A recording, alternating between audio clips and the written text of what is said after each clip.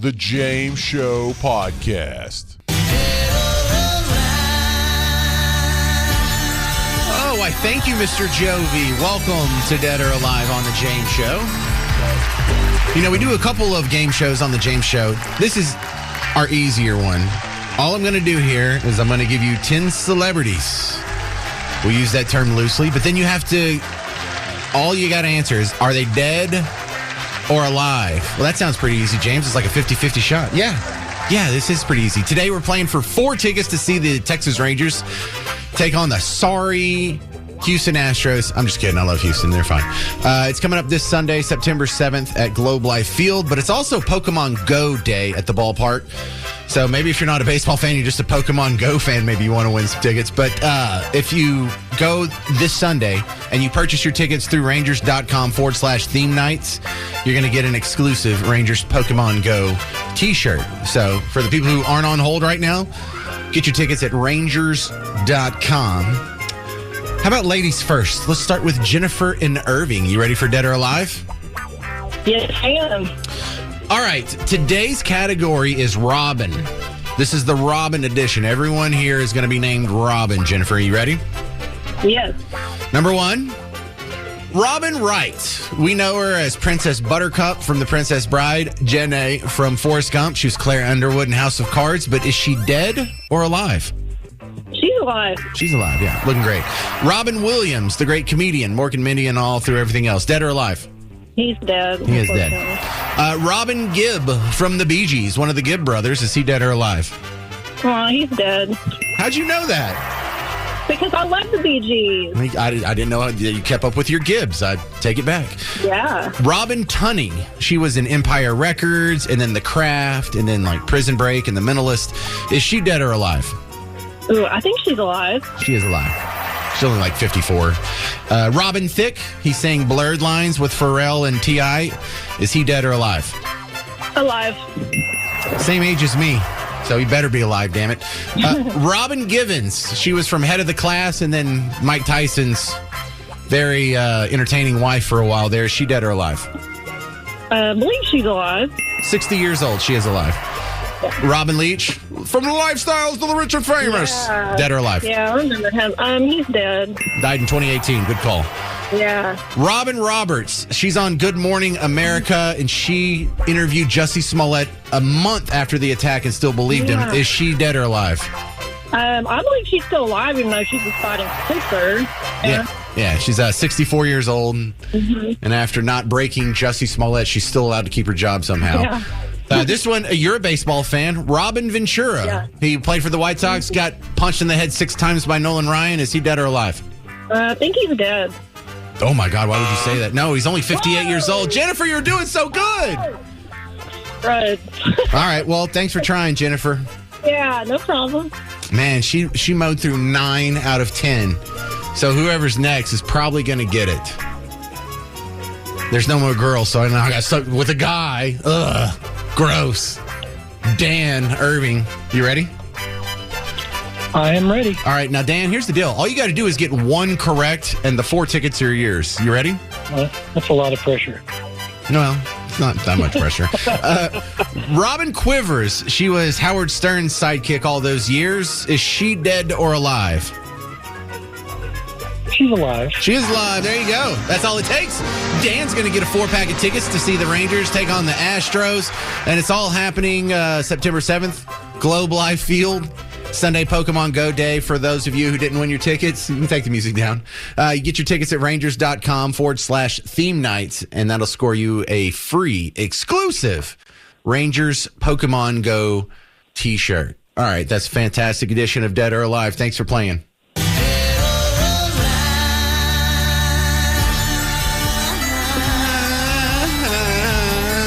I like that part. This happened on the way to Bug Tussle. If you go out I-20 and you go east, right outside of Lindale, there was a big crash over the weekend, and that was kind of big news where I'm from, because usually, you know, this is Bug Tussle. It's like I think the main story before this crash happened was there was a new restaurant that opened up in town. Right? It's a big headline there. We have that's like 5 restaurants in town now. So, yeah, this catches your attention because the size of the wreck was insane. And I can't show you the pictures, but let me just try and throw some stats out here that you'll know without even having to see the pictures how bad this was. 17 people went to the hospital. 17 people on Saturday went to the hospital. Now, the reporting on this is, I don't want to say it's all over the place, but when it comes to stories like this, you and I have both learned that the traditional outlets can be quite unreliable when it comes to situations that don't fit their existing narrative. So I've really had to go online and dig around and see what the other internet ninjas have looked up about this, because you're not going to get the straight skinny. And plus, part of this is criticism because they do this on purpose, but a lot of this isn't malice. A lot of this is when you're working, especially in the smaller towns, you have like one guy who's getting $9 an hour to sit there during the weekend and take stuff off the wire and retype it up and then put it on the website. And you've got to have a picture that matches it, or if there's a video from a recent broadcast that matches it better, you've got to put that on there, and then you've got to submit it, and then someone else has to review it, and then you have to publish it, check for errors and all that stuff. And they don't really have time to just sit there for a couple hours and go through every story. You got one guy that's just taking what he's given, repackaging it, and cranking it out. And so that's not really their fault. So I should probably say that more. A lot of my criticism for the media isn't from a place of malice. They don't have the resources to do the job. But in this one, there's so much politics that overlaps with this that it's more than that. And now there's an established pattern. How many of these stories have we had? Hell, just in Texas, we had one in Terrell a couple months ago where some people lost their lives at the hand of a trucker who probably shouldn't have been here in the first place. It happened to Austin earlier this year where a guy did the same thing the guy in Terrell did. It appears to just run into a line of cars without braking or stopping. Was he checking his phone? We don't know. The cops pulled him out. He acted like he was not sober. He couldn't speak English. All kinds of questionable stuff around there. So that gets memory hold too. I do not want all these to get memory hold, because this is another one. And the great excuse for this one to be ignored, well, no one died. It's just, 17 people went to the hospital. Thank you very much. That's not even 17 people were injured. 70 people were injured enough that they needed additional attention beyond what could be given to them at the scene of the accident. So this is just absolutely terrible. And it's getting very little attention. How many people have to be killed or hurt or maimed on the roads of Texas before we even have a conversation about this? We had the George Floyd riots burn down dozens of major metropolitan areas, at least the downtown areas or the bad part of town or whatever, for months on end because of the scourge of unarmed black men being killed by cops. We have had more Texans injured by immigrant truck drivers this year than we did the unarmed black men killed by cops in the year of George Floyd. Do you realize that? We're already above that. Anybody rioting? Anybody setting anything on fire? Anybody protesting? Did anybody even make a foam core sign? No, we didn't. Doesn't that make you feel good? If that's you getting run over by a truck, news doesn't care. No, they only care about the stories that make you look bad. They want to go out and talk about, hey, here's why you shouldn't like Christians, or hey, here's why white people are evil, or here's why native people are inferior to immigrants. God, they make crime. They do crime at a much greater rate than their immigrant counterparts. You'll get all the stories about how you're evil, you're bad, but when someone goes and shoots up a Christian church, no big deal. When someone goes and runs over Texans, immigrants come and run over Texans when they're not even supposed to be behind the wheel of these big killing machines we call big rigs, that's not a big deal. Someone finds a garage string that's tied like a noose on Bubba Wallace's garage. National news. We get a team of 7 FBI agents to go look into it. The hell kind of world are we living in? Why are we putting up with this? This is bad. A multi-vehicle crash on Saturday sent 17 people to the hospital just down I-20 here. You'd think it would be a bigger deal. But let's keep watching this, because there's nothing like being proven right on a long enough time scale. I mean, I would rather people just go ahead and take a look at it now while we bring it up. And there's only 17 people that went to the hospital this weekend. There's only 5 that died in Austin earlier this year. I forgot what the death toll was from the one that happened right outside of Terrell, right by my favorite Buc-ee's earlier this year, too. No big deal about that. But on a long enough time scale, if these people keep running up and killing your fellow Americans, your fellow Texans with big rigs, maybe someone will do something about it. I did see a little bit of flash in the news a couple weeks ago about the Sikh guy that decided he's just going to randomly do a U-turn, and he killed the family there who ran into him. Didn't seem to have much remorse for that. But no. There's no outrage here. Come on. This is an immigrant that is killing Native Americans. That's not a big story. My next guest is Darren Gobb. He's a retired U.S. Army helicopter pilot. Used to fly a Black Hawk. Now he's author of Veritas Vincent. Welcome to the James Show for your first appearance on the James Show. Give us a little bit of your background and why we would care what you have to think, Darren. Hi, James, and thanks for having me on. Happy to join you. And well, I don't know why you'd have me on, but hey, my background, as you mentioned, I was an enlisted Army, then became an officer in the Army, started flying Black Hawk helicopters, retired after 28 years of doing a variety of things. And somewhere in the midst of all that, I became a strategist and all that kind of stuff.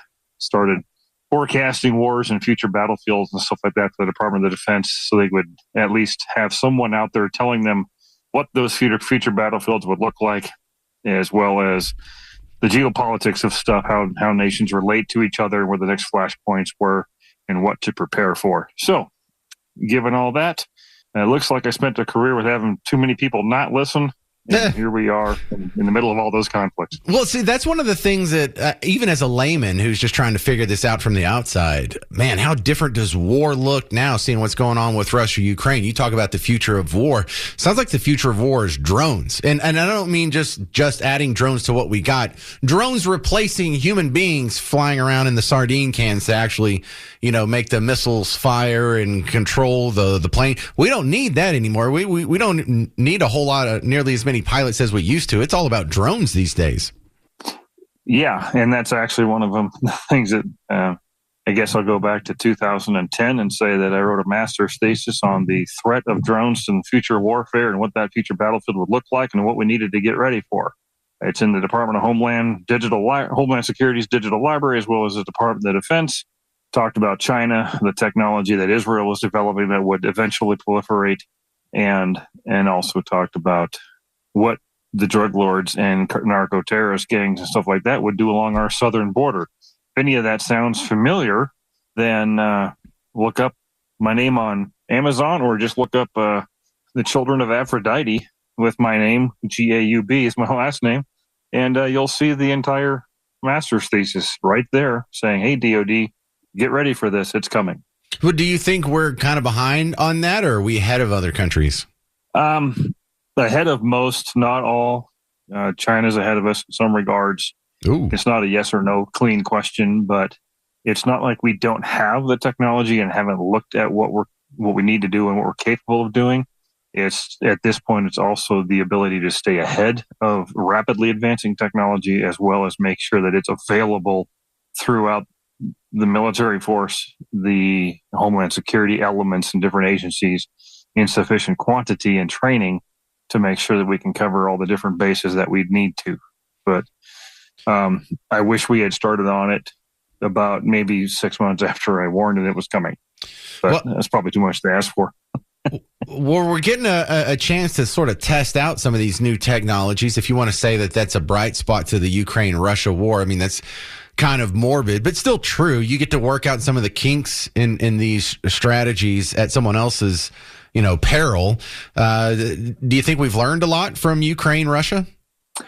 I would say tactically and operationally, which means, things that are done at the Army Corps and division level. That's what operationally is how I would define that. I think we've learned some stuff, and how we incorporate that. We need to accelerate the speed of how we do that and get through some of the bureaucracy as fast as possible. What I don't think we've learned is the strategic view of things and why the war started, looking at history, looking at cultures and all the different factors that drove this war to begin in the first place. I don't think there are enough people that even want to learn that, much less a whole bunch of, European politicians who seem to want to keep it going in the first place. All right, we're talking with Darren Gobb, retired U.S. Army Black Hawk pilot who now looks at the future of wars as a consultant. What is the future of this war? What is going to stop this war? Is there something that can happen that would make both sides come to the table and say this needs to end right now? Yeah, that's the question of the hour. And economic collapse on the side of Russia, which probably unlikely given the number of things they put in place to make sure that didn't happen. Sheer economic collapse to the point of exhaustion on behalf of Ukraine to where they know they have to just simply surrender, which is sort of tied to the number 3, which is an outright victory on behalf of Russia, and they're achieving all of their strategic goals in the country and essentially forcing Ukraine to just surrender with nothing on the table because they have no other option. That's a sad reality of what could come given the pace of operations. I certainly hope it can end sooner under a peace treaty so we can stop people from having to die. But I don't know. We got a whole bunch of European politicians who seem to be very happy to fight to the last Ukrainian, who keep pushing buttons on Putin in order to keep this war going because it keeps their economies going on the European side specifically. It's going to take quite a bit to end this. I think it can be done, but nobody's hurrying in Moscow. Yeah, I guess not. Russia, I don't know why anyone think that they could lose this on their own. When was the last time someone was able to win a land war in the geography of Russia?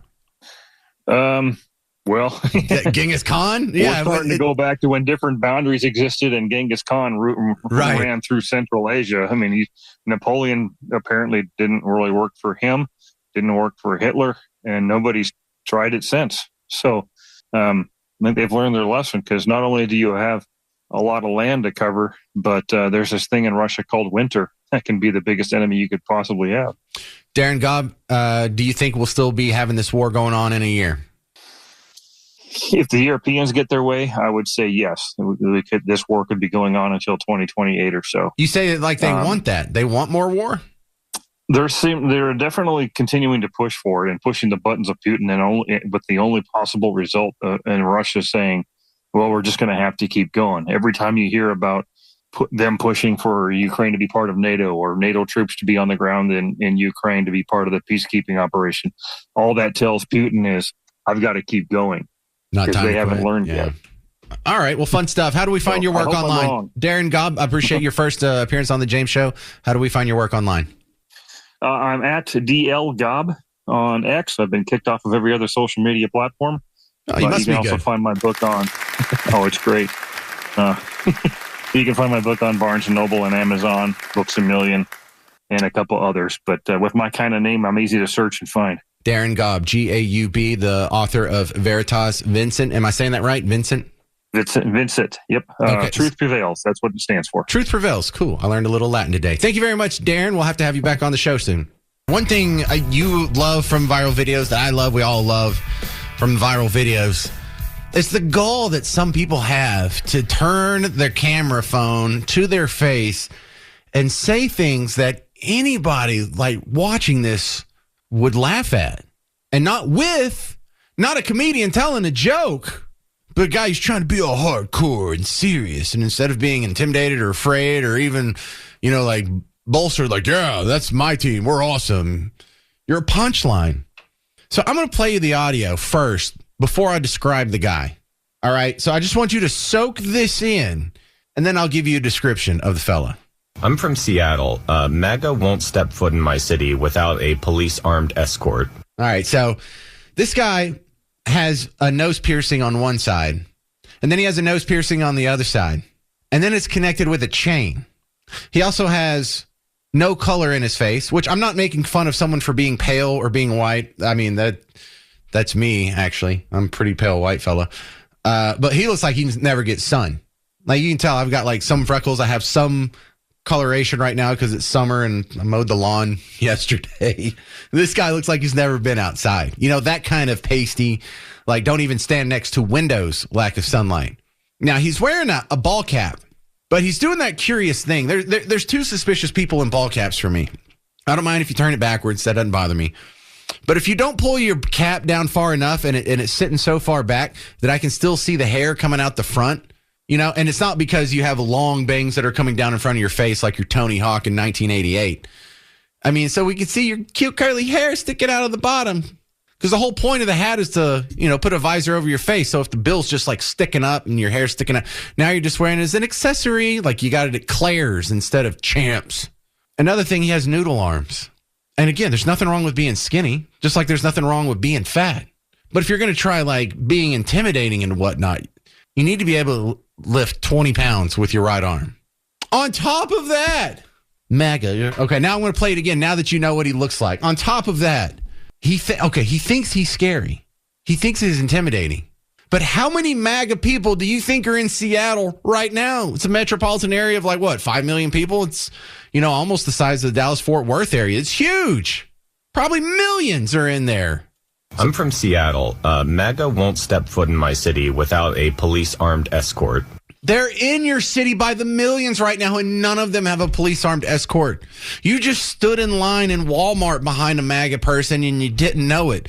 Nobody's scared of you. You're not intimidating anybody. That's a silly thing to say. Even though, look, I politically disagree with you. You're welcome to come to my town. You don't need a police escort. You're not in any danger if you come to my town. You can listen to my show. You can go to my stores. You can go to the bar. You can go to the restaurants. You can have a good time. You can go to a Cowboys game. You can go to the Texas Rangers game against the Astros for Pokemon Go Day this Sunday at Globe Life Field.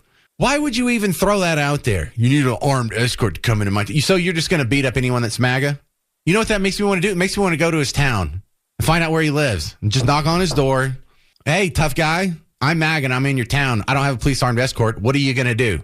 And just watch him, because what is he going to do? Is he going to try and hurt my feelings? He doesn't have a gun. And those are the people who talk the most smack, isn't it? The people who don't have a gun. The people who think guns are scary. People who've never lifted a weight in their life, probably never been in a fight in his life. You're going to need a police-armed escort. Shut up. God, that's hilarious. I love just the misplaced confidence of these people. Just makes me so happy for some reason. And I don't get why I enjoy that so much. But, think about what he's doing here. He's threatening violence on other people based solely on their politics. And he probably calls you a fascist while doing it. Isn't that amazing? Doesn't that somewhat blow your mind?